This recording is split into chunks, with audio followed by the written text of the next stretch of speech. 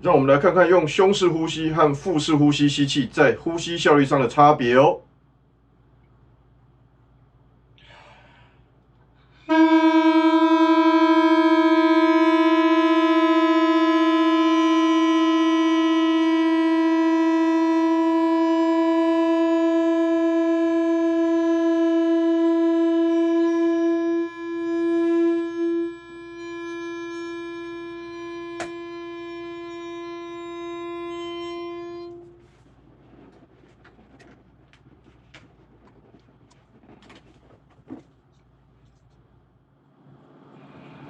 看到了吗？这就是区别咯。嗨，大家好，我是林老师，欢迎收看今天的萨克戏码。在上一集的节目中，我们已经认识了呼吸的基本运作方式，以及结合了腹式呼吸和核心肌群协同运作的吹奏呼吸法。还没有跟上的朋友，记得先补课，再回来加入接下来的练习哦。连结我会放在这里。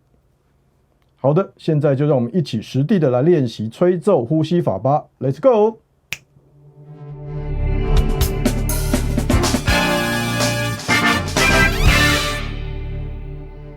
对于完全没有练习过呼吸的人而言，最重要的是先要感觉到正确的吸气模式，也就是在姿势端正、肩膀放松不上抬的状态下，身体尤其是腹部自然扩张的感觉，其实就是加强版的打哈欠啦。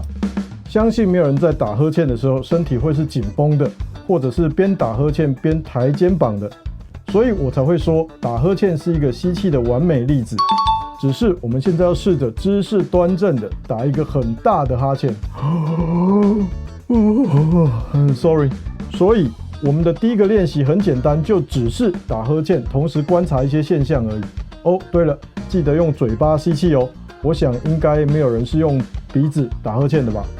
现在就跟着同学的示范，一步一步的练习吧。请把一只手放在胸口，另一只手放在腹部，大约肚脐的位置。很好。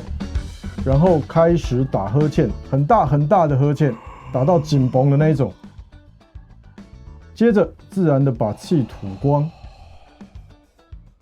好，我们再来一次。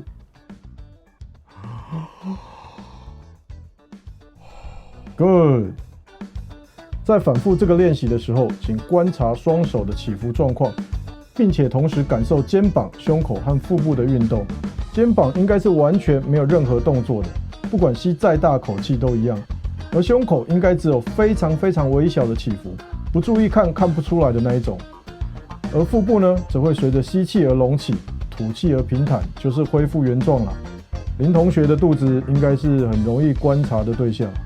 如果全部的条件都达到了，那恭喜你已经做到了吹奏呼吸法前半部的腹式呼吸咯。请继续反复这样的动作，直到不需要刻意去想打呵欠的感觉，就能够用这样的模式吸气为止。如果真的没有办法放松的人也没关系，试着平躺，并且将小腿曲起来放松。我们改用卧姿来操作，会更容易一些。你就利用每天睡前的一小段时间来练习就可以咯。当慢慢的熟悉了这样的感觉之后，试着把双手移到腰侧，或者是后背，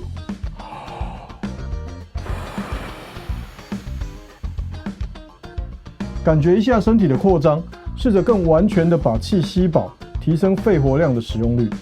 请记得，我们平常静态呼吸的量大概只有500毫升而已。如果像打呵欠一样的把气吸饱，大概可以多吸个3100毫升。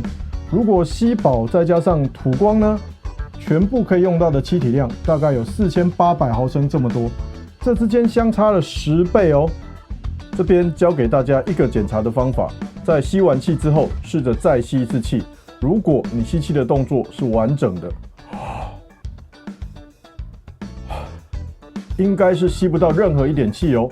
如果是像这样，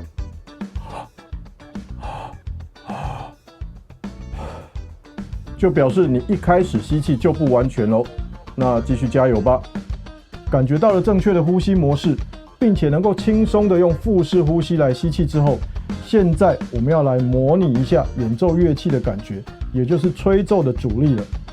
就像我们要推动一张沙发一样，吹奏乐器是有阻力的。而且比我们日常生活任何情况下的呼吸或者是唱歌都来得大。如果我们可以在练习呼吸法的同时，给自己近似吹奏乐器的阻力，之后只要学会了正确的嘴型观念，应该马上就可以在第一时间发出声音咯。而且适当的阻力可以让我们更清楚地感觉到身体各部位肌群的协调与运作，避免因为刻意模仿而做出来无效而多余的动作。我们使用吸管来当做增加吹气阻力的工具，同时它也可以帮助我们建立气流集中的习惯。我们用不同管径的吸管来模拟不同音域的家族乐器，每一种不同音域的萨克管在吹奏上都有不同的阻力，音域越高阻力越大，但是越省气；相反的，音域越低阻力越小，但是越耗气。不同尺寸的吸管可以帮助我们模拟出类似的感觉，让我们在练习呼吸的时候更贴近未来实际吹奏乐器时的状态。当然，不同吹嘴竹片的配置也会有不同的阻力，你可以参考这一集，里面有关于竹片和吹嘴配置的建议。我们现在的练习是以初学者的配置为基础来设计。如果你想增加练习阻力，可以用管径小一点的吸管，或者是多接一根吸管就可以咯。好，我们开始吧。我们先用上牙齿及下嘴唇轻轻地固定吸管，然后打开上唇吸气。记得练习一，也就是打呵欠的感觉。接着把嘴巴自然地闭起来，透过吸管持续的送气。记得尽量维持稳定和快速的气流，把注意力放在气流上面，而不是你任何部位的肌肉上。感觉到没气了，也就是听到脑子告诉你赶快吸气，不然你会死掉之后，继续送气。放心，你不会死掉，直到挤不出任何东西为止。好的，我们再一次吸气，把嘴巴轻轻闭起来，送气，记得持续而且快速，然后继续送气，很好。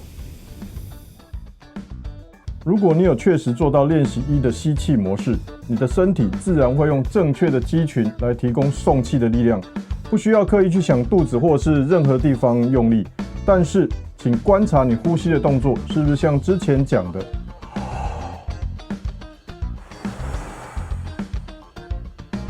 肩膀不动，胸部的起伏不明显，而腹部会随着吸气而隆起，吐气而恢复原状。甚至因为我们用到全部的肺活量，也就是把呼气储备量也用完了，所以腹部会比平常更为凹陷。第三个步骤，额外的吐气，是吹奏呼吸法非常重要的步骤，因为这不是平常我们会做的事情，但是在乐器的演奏上，这却是一个必要的习惯动作。也就是说，吸气要饱，吐气要光，完全的使用肺活量。记得在整个练习过程当中，吸管都不能变形，也就是说，上牙齿和嘴唇都没有过多的力量，并且吸气的时候，上牙齿尽量不要离开吸管，像这样子。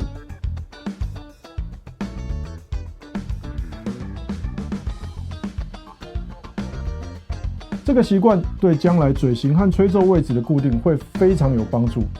再来，送气的时候，脸颊不要鼓起来。我的意思是说，送气要集中，而不是要你脸颊用力哦。举个例子，如果你用嘘的方式来吹气，我相信就算你嘘到口水都喷出来，脸颊都不会有感觉。但是如果用呼的方式呢，你试试看，是不是只要轻轻一吹，脸颊就鼓起来了呢？对了，还有一种原因就是你的吸管塞住了，也就是说嘴巴闭太紧喽。无论是吹哪一种乐器，我们需要的永远都是集中的气流只是粗细不同而已，就像我们用的吸管一样。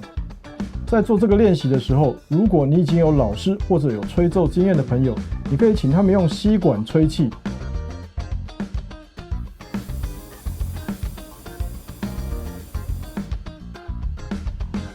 然后用你的手心感觉一下这个力量。在之后的练习中，尽量模仿那样的力量，可以帮助你更精准地掌握到实际吹奏时气流的力量和速度。借由以上2个练习，整个吹奏呼吸法的模式就建立完成了。而现在，因为你吸气的方法像打呵欠一样的自然放松，所以不会有太明显的声音。也因为你的送气只是让膨胀的身体恢复原状，并且加以控制，所以你不会再因为吹奏而头晕或者是胸痛。除此之外，还拥有了更完整的肺活量来丰富你的演出。今天的练习已经结束咯，是不是很简单呢？也许有同学会问，老师你都没有讲到底哪里要用力啊？因为如果你呼吸的模式够正确，方法够自然，你的身体会告诉你，不需要你去想或者是去控制。想想看，我们日常生活中，无论是走路或者是举手，有哪一个动作是你控制某条肌肉用力的结果呢？正如我说的一样，我可以把肚子挺得很大，但是完全没有吸气，也可以把肚子快速往内缩，但是送气一样的缓慢。